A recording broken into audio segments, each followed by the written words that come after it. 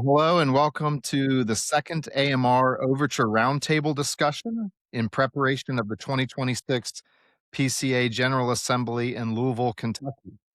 I'm Derek Radney. I'm a pastor at Trinity Church in Winston-Salem, North Carolina, and I'm the host today on behalf of the Alliance for Mission and Renewal. The Alliance exists to help foster a unified, faithful, and flourishing PCA. And just recently, we published our theological vision that clarifies what we're seeking for the PCA. And part of that document talks about our desire to embody and cultivate in the PCA a posture of gratitude, hope, and trust. And so this roundtable really is one of the ways that we want to try to promote that posture in the culture of our denomination. So the purpose of today is really to invite godly and wise and experienced elders to discuss the overtures before the General Assembly this year in a way that's charitable, sharpening, and hopefully edifying to viewers as we prepare for the General Assembly in June. So, with me today, I have three guests. The first is Dr. David Coffin. He's well known to many of you. He is a planter and a pastor of New Hope Presbyterian Church in Fairfax, Virginia, for over 30 years. He's married for over 50 years with three adult children. He has his PhD from Westminster Theological Seminary in Philadelphia in historical theology. And as you all know, he's been engaged in the work of our denominational courts for many years, including the Standing Judicial Commission. I also have with us today ruling elder Howie Donahoe. Howie was a pilot in the Air Force for 8 years and then for American Airlines for 35 years. He's been married for 41 years with three daughters and two sons and 12 grandchildren. And he's been a member of the PCA for 44 years. He's served as a ruling elder in 5 churches, in 4 mission churches, in 4 presbyteries. He's now in Boise, Idaho at Boise Presbyterian as a ruling elder. And he was the 47th General Assembly moderator in Dallas, Texas. He's been on the SJC for 28 years, served on nominating committee and RPR many times. And then I also have teaching elder Steve Tipton, Dr. Steve Tipton here with us.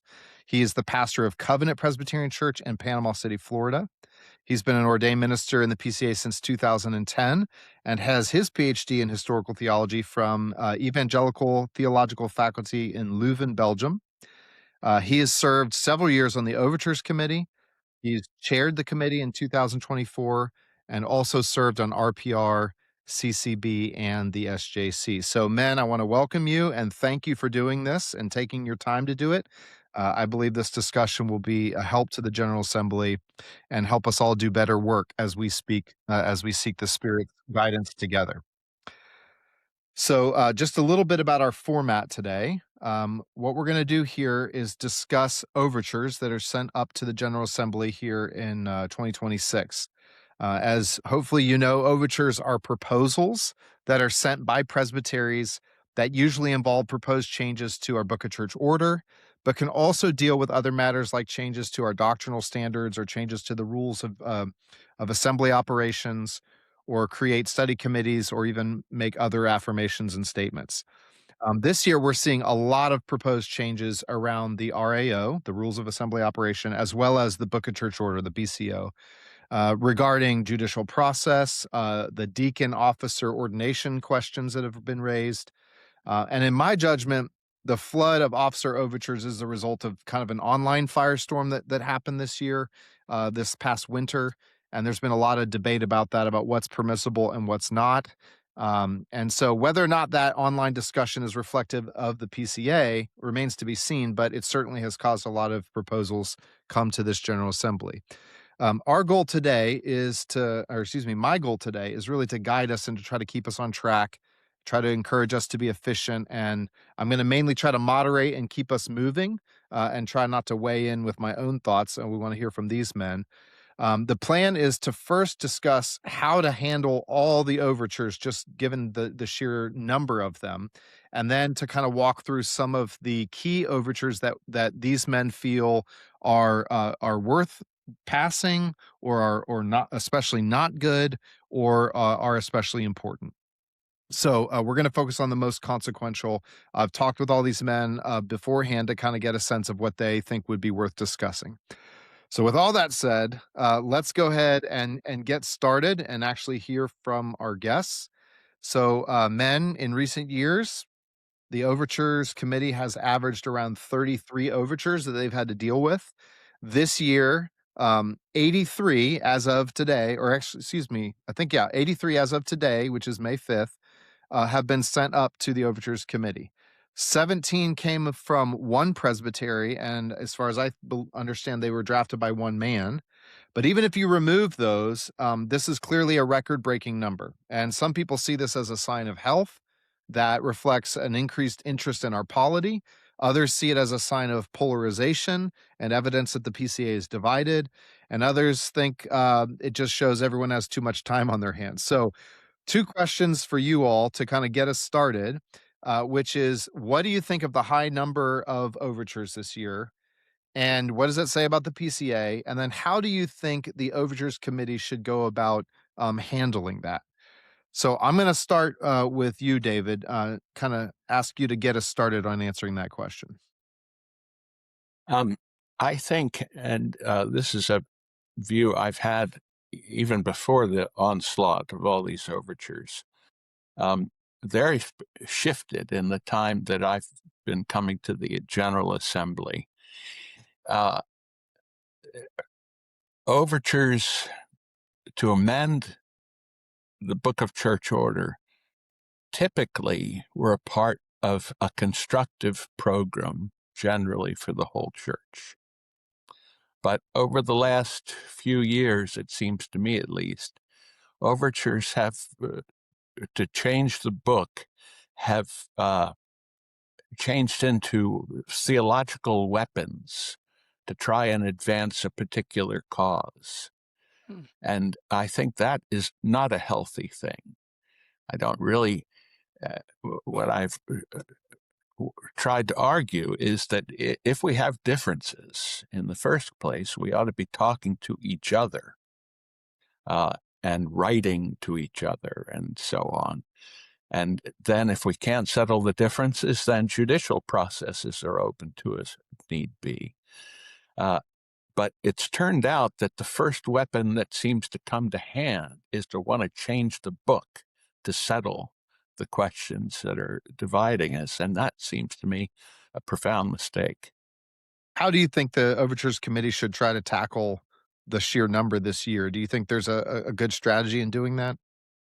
Howie's had some great strategies he's been working on, but I'm not confident there's any strategy that's going to, beside just saying outright, we're not going to deal with all these. We're going to pick the ones we think we can get done and the ones that are important and just leave the rest. Okay. Howie, why don't you jump in and tell us what you think it means that we have so many this year and how you think we should deal with them? Well, as you probably know, I've spilled more ink probably with you than Steve and David have over the years. Part of me is encouraged by people's engagement, but I'm also very sympathetic about what David just said. In fact, on the I think there are 10 diaconal related overtures, and in the commentary I'm drafting, I suggest that we punt them all back to the presbyteries and for men to get together for meals over the next year and hash it out. Let somebody write the definitive paper, circulate it, things like that. So I'm sympathetic to what David said about trying to accomplish things offline rather than online. But we certainly can't have 83 overtures sent to the assembly for 13 and a half hours of overture committee business.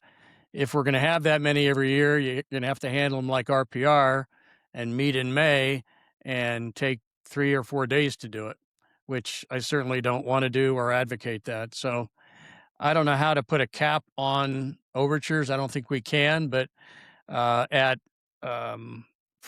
1 minute before 4 o'clock on Tuesday in Louisville, I'm going to make a motion that we punt everything that's remaining and adjourn at 4 o'clock. So there you go. All right. Steve, we'd love to hear from you. What do you think this means, the high volume, and then how do you think we should deal with them? Yeah, well, uh, as I looked at the list, I think a lot of them, and I think this is true year after year, are reactions in a sense to either the previous year's assembly. So there are some that are reacting to, let's say, the issues with M&A or the AC with the coordinator and clerk, or they're reacting to an unprecedented number of floor nominees during the nominating committee. There's reactions to the length of the RPR report. There are obviously reactions to the things that are going on more broadly, the nominations, such as the issue with deacons, et cetera.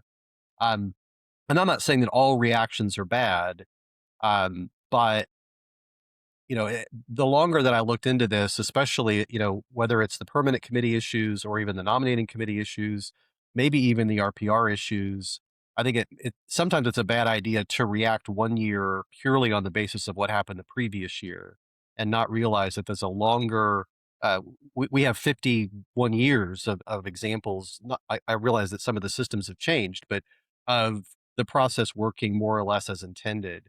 And so a lot of those for me, even if I have some sympathy with some of the overtures themselves, I still want to say I'm not sure it's really broken. I think these are features rather than bugs, and it's working as intended. We should at least give it one more year before we decide we're just going to throw everything out. Um, Obviously, some of them are more important than others, and we'll have to take them up. And I think that's how you handle them. I mean, it's just triage at the end of the day. And my hope would be, let's say you said there's 83. Let's say we get through 40, which would be monumental. Let's say we get through 40. Well, that means there's 43 that get sent back. And one of the things you are saying to the presbyteries generally is send as many overtures as you want, but if it doesn't rise up to a level of importance, it's not going to get looked at. It's not going to get handled. And so it might self-correct to a certain degree where I'm hoping we don't see 83 again next year, but we might see many of those. This is not that important, et cetera. So If I could add one word on that, that the normal procedure would be to send the overtures on to the next assembly. And I do hope that we don't do that. I think we just send them back. Refer back. Okay. Howie, what were you going to say? Yeah, Steve and I are working on, and David will be looped in, and others on the Overtures Committee eventually will be looped in, to try to draft an order of business. And the overtures fall into distinct categories: RAO, diaconal, judicial, polity, statements. And I saw Steve's draft this morning, and it looked like we were going to deal with the most important ones in those categories as like the varsity, and then may or may not get to the second round of the junior varsity overtures in each of those categories or something like that. But we need to figure out a way to triage them and not do them randomly, because that confuses my brain. At least, the three to five most important in each category, and deal with those, and then see where we're at the end of that. Yeah. Yeah. That's always incredibly helpful that some of y'all do that work ahead of time to try to set the committee on a good direction about how to go through everything, especially when you can work. Yeah, I think that's going to be uploaded to the Overtures Committee share file a couple weeks before the GA for people to look at, so it's not just day of. All right, well, let's go on to the next question, which is just very briefly, what are the one or two overtures that you would like to see pass? And then if you want to mention one or two overtures you really don't want to pass. And we don't have to talk much about the substance, but you can just say this overture on this issue, thumbs up, this overture on this issue, thumbs down. So I'll go in the same order. David, do you want to tell us what you would like to see pass and what you don't want to see pass? I was thrilled to see Overture 7 be submitted. That's on changing the RAO concerning how RPR reports. And I think it's a brilliant idea. I don't think there's any reason why, when RPR is making a recommendation, it can't go directly to the presbytery first, and it doesn't need to be voted on by the assembly. Then when it comes back to RPR, at that point, RPR proposes, do we need to have the assembly say we're going to either accept it or send it to the SJC for a case? I think that would be a wonderful way to streamline the business and still enable RPR to do the extraordinarily important work that they're doing. I think otherwise, the chance that any commissioner has read that whole report is very slim. Okay, we'll come back to discussion about that one. Any ones you don't want to see pass? Well, let me mention the second that I really Okay, go for it. Yeah. I'm concerned with, and that is Overture 43. That I think we're in real danger of losing the possibility of getting good leadership at the level of committees and agencies in the state of clerk. I can't imagine anybody who would leave their home, move to Atlanta with a job they only may have for 1 year. But on top of that, once you're there, I think have to be reelected every year, and especially, goodness gracious, if it goes to 2/3, you won't get real leadership. You'll get people. I don't want to be slanderous to the House of Representatives, but many of those men get to Washington and they continue their campaign for the next 2 years because they know they won't be there if they don't. It'll weaken the possibility for bolder leadership if the man has to fear, am I going to lose my majority, or heaven help us, 2/3. The ones are you want to do them all at once? Yeah, just real quick, what do you not want to see pass? And we'll talk about them later. Overture 80, it's on the critical race theory. I think I myself am going to move that part of that is ruled out of order because I think it violates our rules to have it. I'm very unhappy with that. And Overture 82, that is the whole rehashing of the act on, act in, act against business from many, many years ago. I was on the committee that had to do with all of that. And I think this is a huge backward step. We haven't been addressing these kinds of issues for 30 years. And I think it would be a great shame for us to go backward. Okay. All right. Howie, what about you? What do you want to see pass, and what do you not want to see pass? Well, in my commentary, there's 20 I recommend answer in the affirmative, but I'll focus on a couple. I, like David, think Pacific Northwest Overture 7 on the RPR report will be a very good addition. It's good that we have the RPR chairman on this call so that he can chime in. And I actually, if the overture gets amended, I would like to see Westminster 27 get some discussion in the Overtures Committee. I don't like it as it is. I think the threshold is far too low and the wording is problematic, but I think it could be amended in such a way that assumption of original jurisdiction could become a possible thing, which right now it really isn't. Yeah, we've taken a couple stabs at that recently, and that's not worked out. Well, I don't think I could sign on to it unless it was at 20% of the presbytery threshold, but I think the one that gets my least favorite award of the year is Northwest Georgia 49, that wants to increase ruling elder representation, which would mean a church of 40 communing members could have 3 ruling elders General Assembly. I'm very much not in favor of that. Okay. Steve, over to you. What do you want to see pass? What do you definitely not want to see pass? Yeah, well, so love to talk about those other issues later on in the call. I think that some of the ones that I looked at that were, somewhat minor in one sense, but I think are helpful would be something like 8 on a discipline level or sorry, this is the one issue with nominating committee I thought was good to have an earlier deadline for floor noms. I think that made sense. I think that, let's see, 35 is, I think, going to be an interesting discussion about deadlines for issuing of indictment. That may be a premature reaction to something that really it's ongoing, but it hasn't actually happened yet, so to speak. So that's one issue. Um, I also there's a collection of them. I think it includes one of the ones that David said he didn't like at all, but that are touching on the issue of churches without a session, or at least a session that doesn't have a quorum, and how those things need to operate.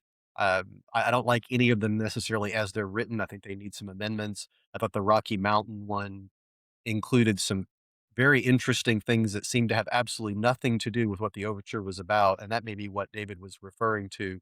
But having a clear, established procedure in the book that doesn't require you to read a whole bunch of SJC cases, I think would be helpful if we can arrive at that.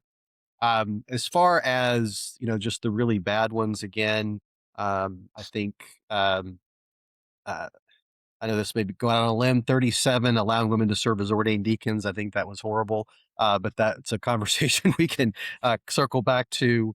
I think the Central Florida consent to the govern for assistant pastors. I know that there was some discussion about this last year. That's I think it is 39. a 39, yeah, grave misunderstanding of authority, and preliminary principles. And then there's probably a handful of other ones. I think the one from New York State about shall institute charges against somebody who says something online. Uh, It's a lot of 46. these were, thank you. A lot of these were, we have there's already a provision in one sense for it in the book. You can always bring charges or do a 31-2 or whatever. So I thought those things were a little extra, so to speak. But that's kind of my list. Okay. All right. Well, let's start off with maybe some ones that I think there's a lot of agreement on, kind of some maybe non-controversial ones. Let's talk about Overture 4 from Pacific Northwest, about a day of prayer and thanks for adult professions of faith. Howie, you want to speak to that at all, just very briefly? Sure. Yeah. Our presbytery just thought, and we filed this one early, just thought it'd be nice to have one overture that was a happy one. So so we sent Okay. that in. I'm assuming it'll pass. It'll take 2 minutes of the floor time, and it's wonderful to give thanks to for adult professions of faith, adult baptisms, and just happy things. So Yeah. There's also Overture 50 by Mississippi Valley, about a day of fasting and prayer for revival and renewal. Kind of a similar idea, more looking forward. Anybody want to speak to that one? I had some thoughts. The wording in it is that presbyteries are urged. It sounded to me like presbyteries are urged to have a meeting sometime in the fall for that sole purpose. And I thought maybe the word encouraged might be better than urged. I doubt my presbytery would call a meeting for that. Maybe we're unusual, but yeah, anyway. David, were you going to say something about that? I did think that the overture was quite eloquent, and I appreciated that, the thoughtfulness of the way it was framed, and the scripture encouragements. I thought it was a pleasure to read. Well, and I'd also just real briefly just say that, I mean, both of these overtures, in their own interesting way, I think they touch what our churches typically do or should be doing, and maybe probably more than any other overture that's set before us in one sense or another. Um, there could be arguments that other ones do as well, but I think both of these, in terms of making disciples and praying for revival and renewal, that's something that all of our churches ought to be doing, and I think it's helpful for us as an assembly to remind ourselves that we are a court of the church, but it's a court of the church, and that these things are important. And not to say that everything else we do isn't important, but these things are part of what we do together as the bride of Christ. So I think they're great. Yeah, and I don't oppose the overture, and I'm assuming there's enough wiggle room in it. So if a presbytery wants to say, "Hey, on September 15th, let's have prayer in our churches," or set it aside as a day that we'll all make a concerted effort to do that, rather than convene a meeting, because I have to fly to every presbytery meeting. So All right. Well, let's talk about the large category of RAO changes, and we're going to focus on some overtures dealing with that. And I'm going to start us out just kind of in order at first, and then we'll jump around a little bit. But let's start with overture number 5, which is on administrative committee members coming from different presbyteries. It looks like there's some debate among this group about that one. So I'm going to let Howie go first, and then Steve, if you want to jump in next, and then David, you can chime in after that. So Howie, what do you think about Overture 5? yeah, the paradigm for us is that the SJC members have to come from different presbyteries, partly because I'm assuming it's a particularly unique and important entity, and our presbytery felt that admin committee was as well. There's admin committee approves all the permanent committee budgets and decides where the GAs are held and things like that. And at present, we've got, of the 11 voting members, there's 2 from one presbytery, 2 from another, 2 from a third, and it just doesn't seem balanced. So we thought it'd be best to just say, there's 88 presbyteries. We can find 11 guys from different presbyteries when there's that many of those. So, Steve, do you want to chime in on that? Yeah, very briefly. I mean, I think this is it's not broken really. And I think there's a distinction between overtures and AC on one level, overtures and SJC on that level. I guess the other thing is I understand why SJC works the way it does, but let's say you had the 2 best men who could serve on the SJC, and they both happen to be in the same presbytery, and the next guy is 50% of either of those, but he's in a different presbytery, so he gets in. It seems like an odd way of doing that. And if we don't have to do that with the AC, then let's pick the 11 best men in our assembly who are willing to serve, which was another big piece. And if they happen to be from the same presbyteries, that's part of the decision that the assembly can make, and have that be a decision the assembly makes, rather than you just can't even decide that you want to have these 2 men who happen to be from the same presbytery on the AC. So that it's a mild no. This is not a hill I'll die on or anything, but I don't see a real need for it. Okay. David, what do you think? Well, I'm sympathetic to what Steve was saying there, and in a sense, if we were in the abstract, I would want a pure meritocracy. I would want just every one of the best people doing it. But the fact of the matter is, with a church now spread across a continent, I think there's a pretty high premium on making sure that there isn't well, in fact, I think people actually feared this in the North years and years ago, when it seemed like the whole church was being run in Atlanta and in Birmingham, and so I do think there's a really important way in which we want to try and get that meritocracy to work, but be out of different presbyteries. All right. Unless there's any thoughts, I'm going to move on to Overture 6, which is also Pacific Northwest, and it's about requiring a minimum number of people to support something being pulled from omnibus. And I think there's debate about this. Howie, I think you might be the lone voice in support of this. So why don't you tell us what you think? I'm the lone of the 3, I believe. Yes. To me, it's frankly ridiculous that one man out of 2,000 if you have a permanent committee that's unanimous, a committee of commissioners that's unanimous, and one guy out of 2,000 could say, I want that pulled out of omnibus because I want it discussed. All I'm saying, or the overture is saying, is let's just bump that up to, actually it's 150. It was revised, 150 guys out of 2,000. If you can get 150 guys, then it's worth a floor debate. And if that needs to drop to 100 or 50, something other than one. Okay. David, what do you think about that? I don't like the omnibus motion at all.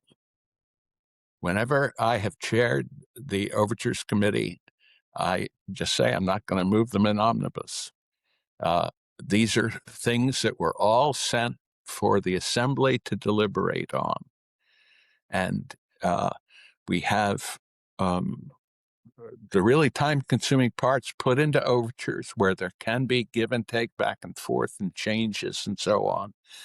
But I think that it's not just that one guy wants to vote, but as one guy thinks that the church needs to deliberate more on the matter. And that seems to me to be a different thing. And I'm prepared to say that even that one guy might look. We had a proposal to amend the Book of Church Order that passed by a large majority. It passed the presbyteries by a majority.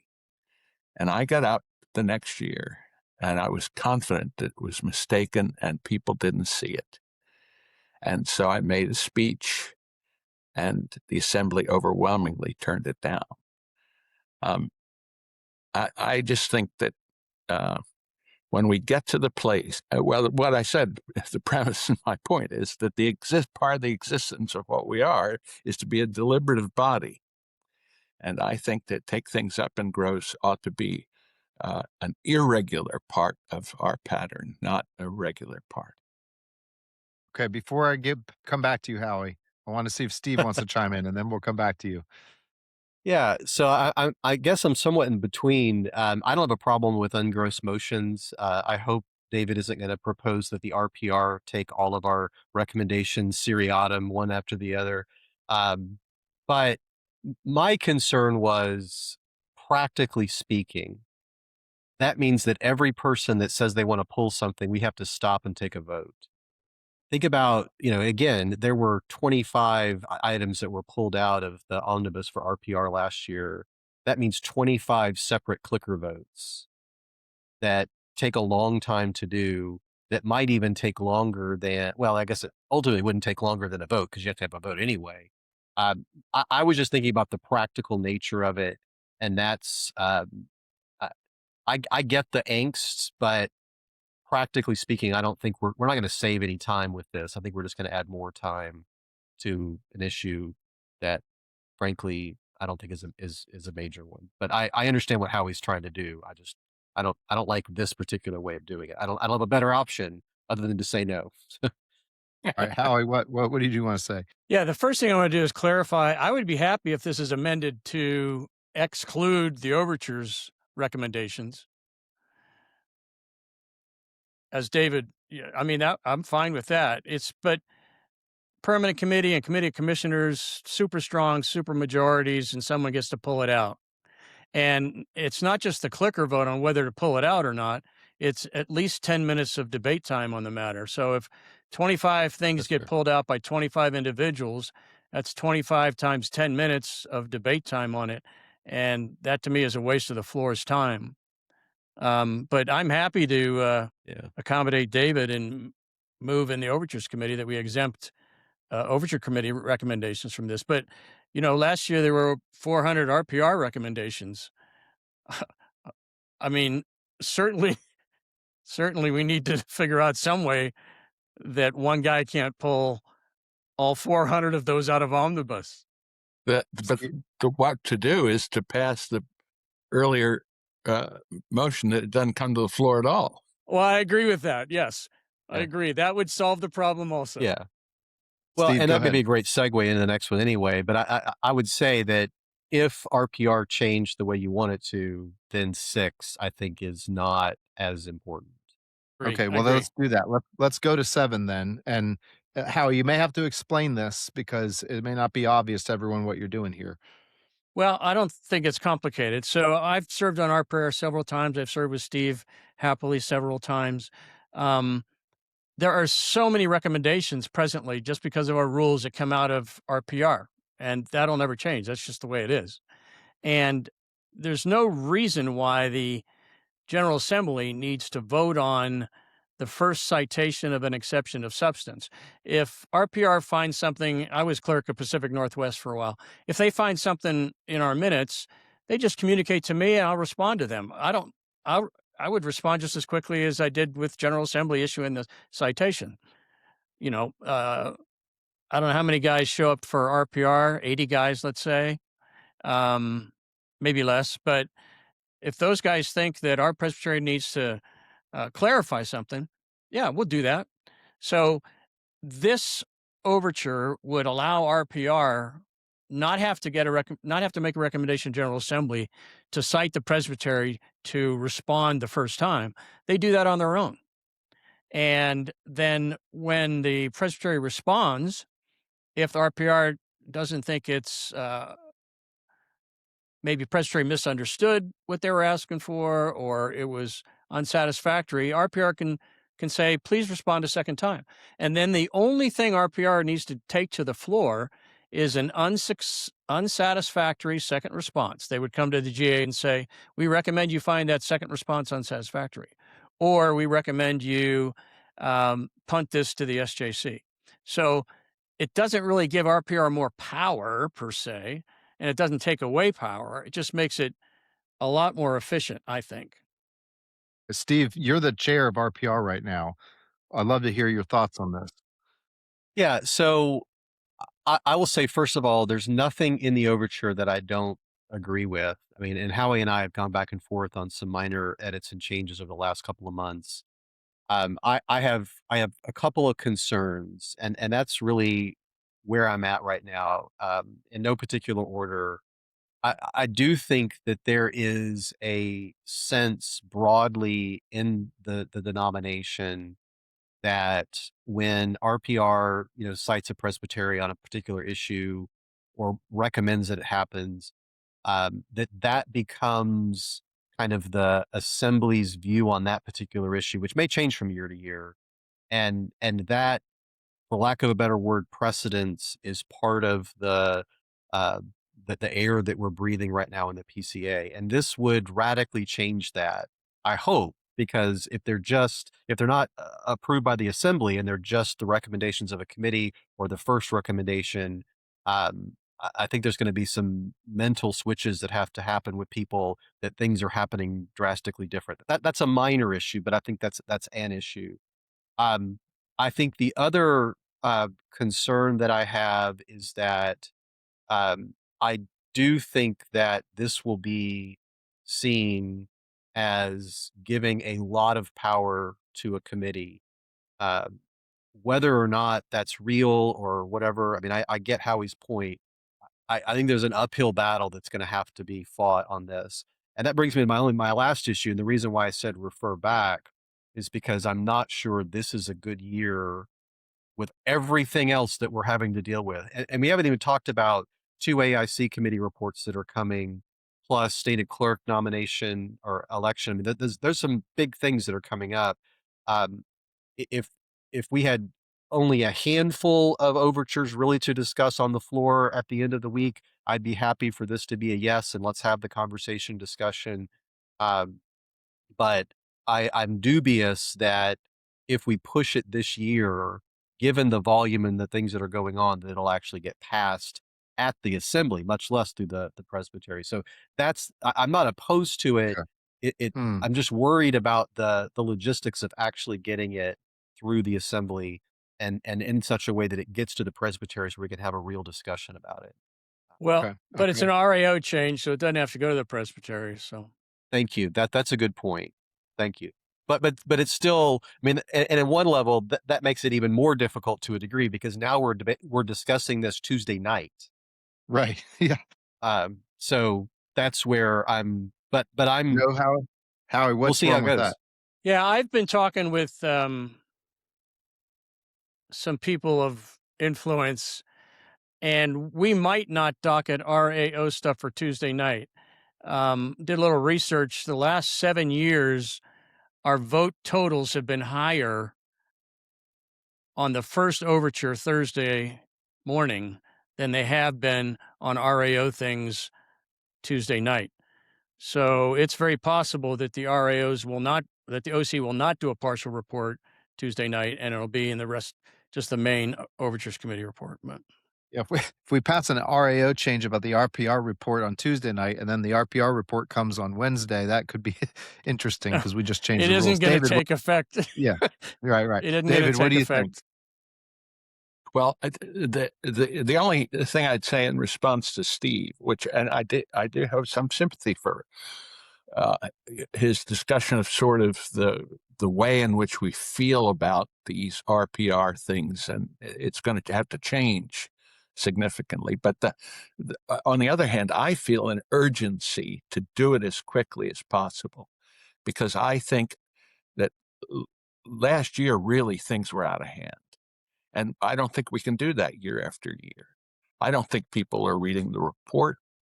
I just think we are at a almost crisis point, and this would relieve a huge amount of pressure on the assembly, and I think free up RPR to do its work better. So I feel some urgency to try and see it through. Although I appreciate what Steve is saying with the chaos of last Well, word, and Steve. my real hope is just that we're going to end up with enough time at the Overtures Committee Monday and Tuesday to really dig into this and get really good consensus from the Overtures Committee, so that we don't end up with a minority report or something along those lines. Which, I mean, that's not the end of the world, but my point is that given the volume of overtures plus the volume of work at this year's assembly, that's where I was. Maybe this isn't the time, but I'm happy to do it. We go to do work, so we might as well do the work. All right, one that you guys look like you're all in favor of was Overture 8 from Pacific Northwest, dealing with an earlier deadline for the floor nominations. Anybody want to speak to that? Yeah, we sent that up, and it's just a 24-hour earlier deadline because the nominating committee meets at 4:30 usually on Wednesday, publishes a supplemental report that gets uploaded to ShareFile late Thursday night, and then you've got floor elections at 9:30 on Thursday morning. I don't know anybody. There aren't many people that read that, and if you want to read bio of John Doe versus Bill Smith, there could be a lot of bios to read. So I've talked to the clerk's office, and they're able to do this. All floor nominations are going to be electronically filed. They can be filed a month ahead of the General Assembly as soon as the nominating committee report gets uploaded to the share file. So there's plenty of time to make a floor nominee. You do it electronically, and just give us an extra 24 hours. It gives people more time to read the report. It's an important report. It's an important report. Anybody have any other comments on that? You guys both in agreement there? Okay. All right. Overture 40 from Savannah River about the terms for stated clerk and coordinators. It looks like all of you thought that was not a good idea. So we don't have to spend a lot of time on this, but I'd love to give you a chance to say why it's not a good idea. Well, Go ahead, I David. think that if the if 43 were to fail, I would be in favor of 40, because it's a little bit of a Band-Aid. It at least gets it so that you're on a year and there's a break between when you lose your job and the vote's taken and so on. That would be a minor remedy, but the major remedy is in 43, and so I wouldn't vote for it. Yeah.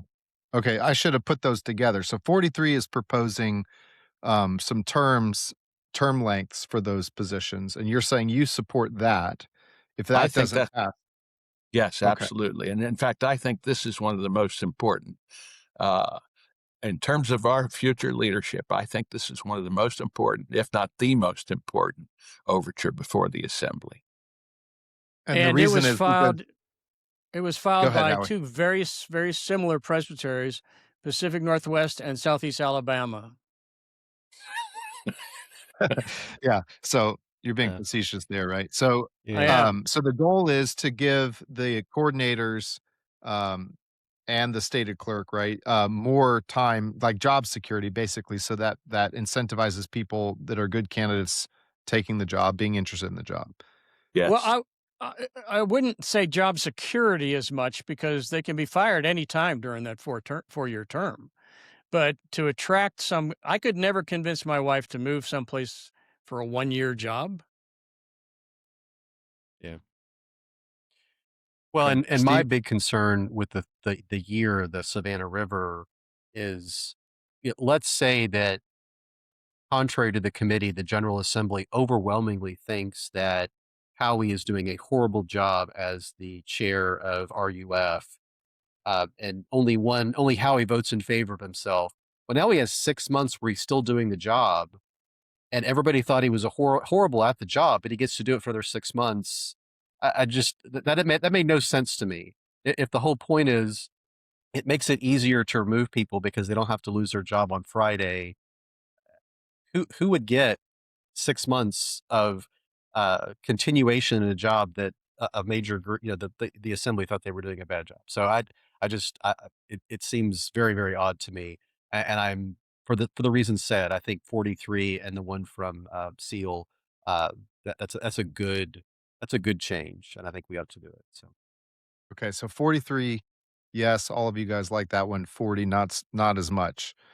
Not a good one. All right, let's move on to Ohio 11, Overture 11 from Ohio about requiring assessment data from M&A. That you guys had mixed responses to this.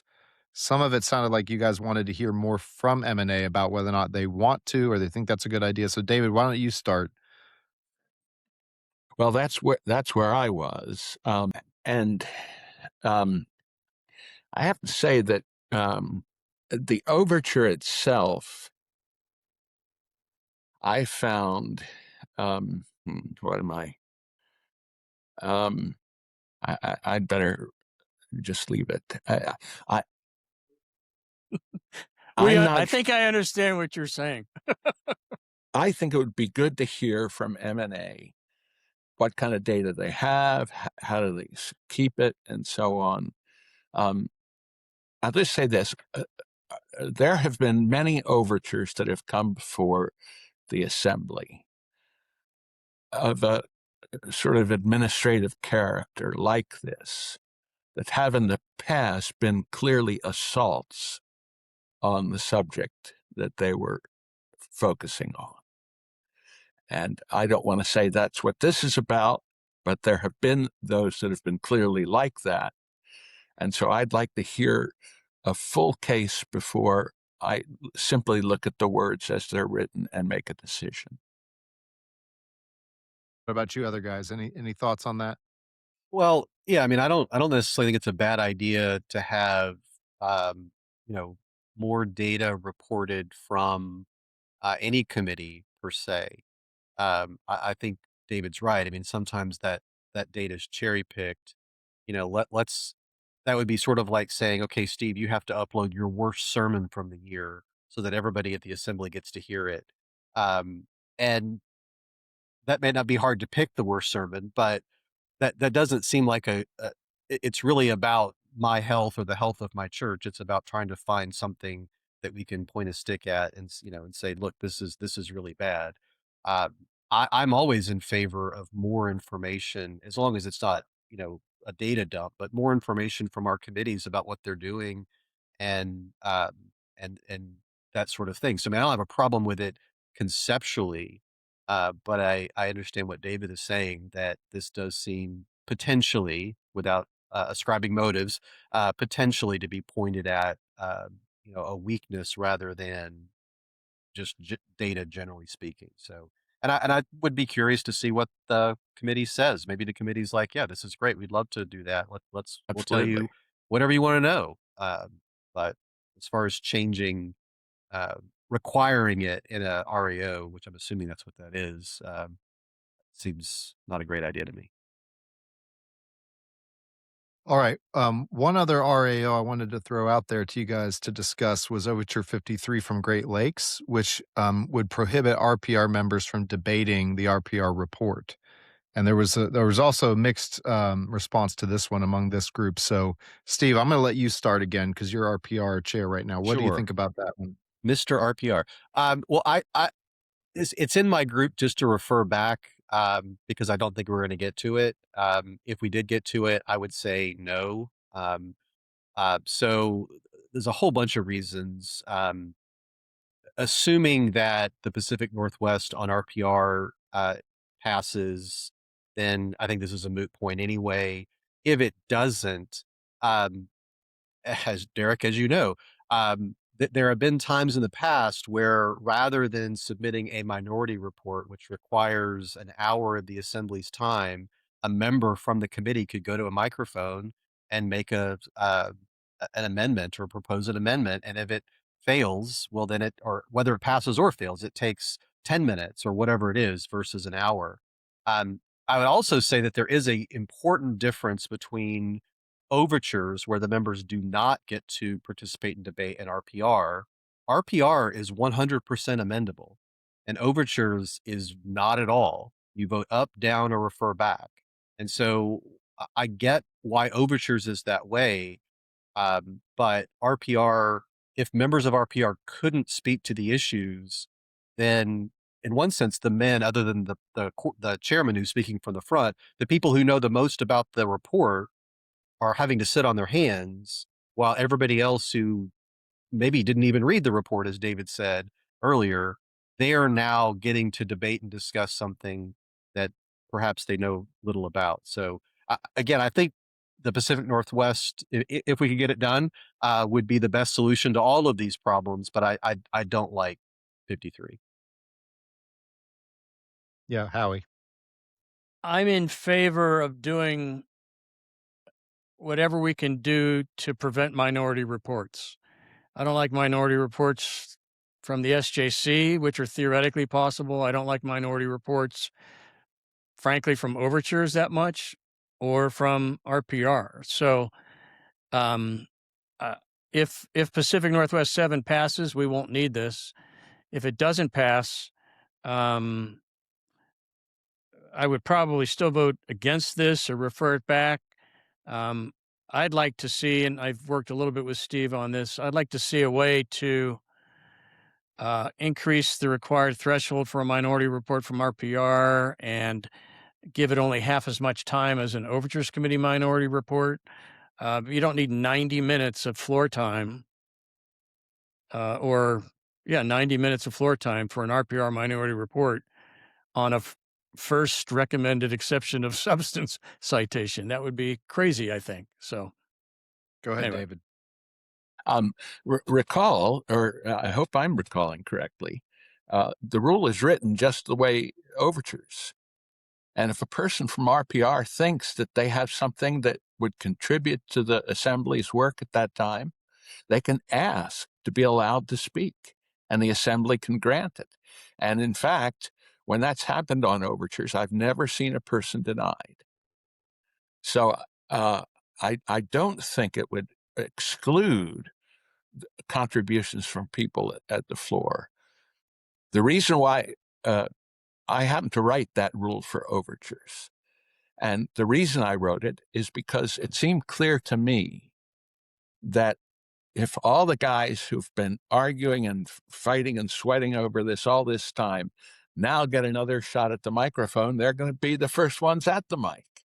And the assembly, who has been excluded from all of that would never get a chance to deliberate. And I think there's somewhat of an analogy between that and RPR. Okay. Well, with that, I think we're going to conclude this part of this discussion. And I want to thank everybody for listening. We're going to have 2 more parts to cover some of the overtures that deal with titles, ordination, offices stuff, deacon stuff, the miscellaneous, and then we'll have another video on judicial and administrative overtures. So hope you'll come back and listen to those. Thanks for listening.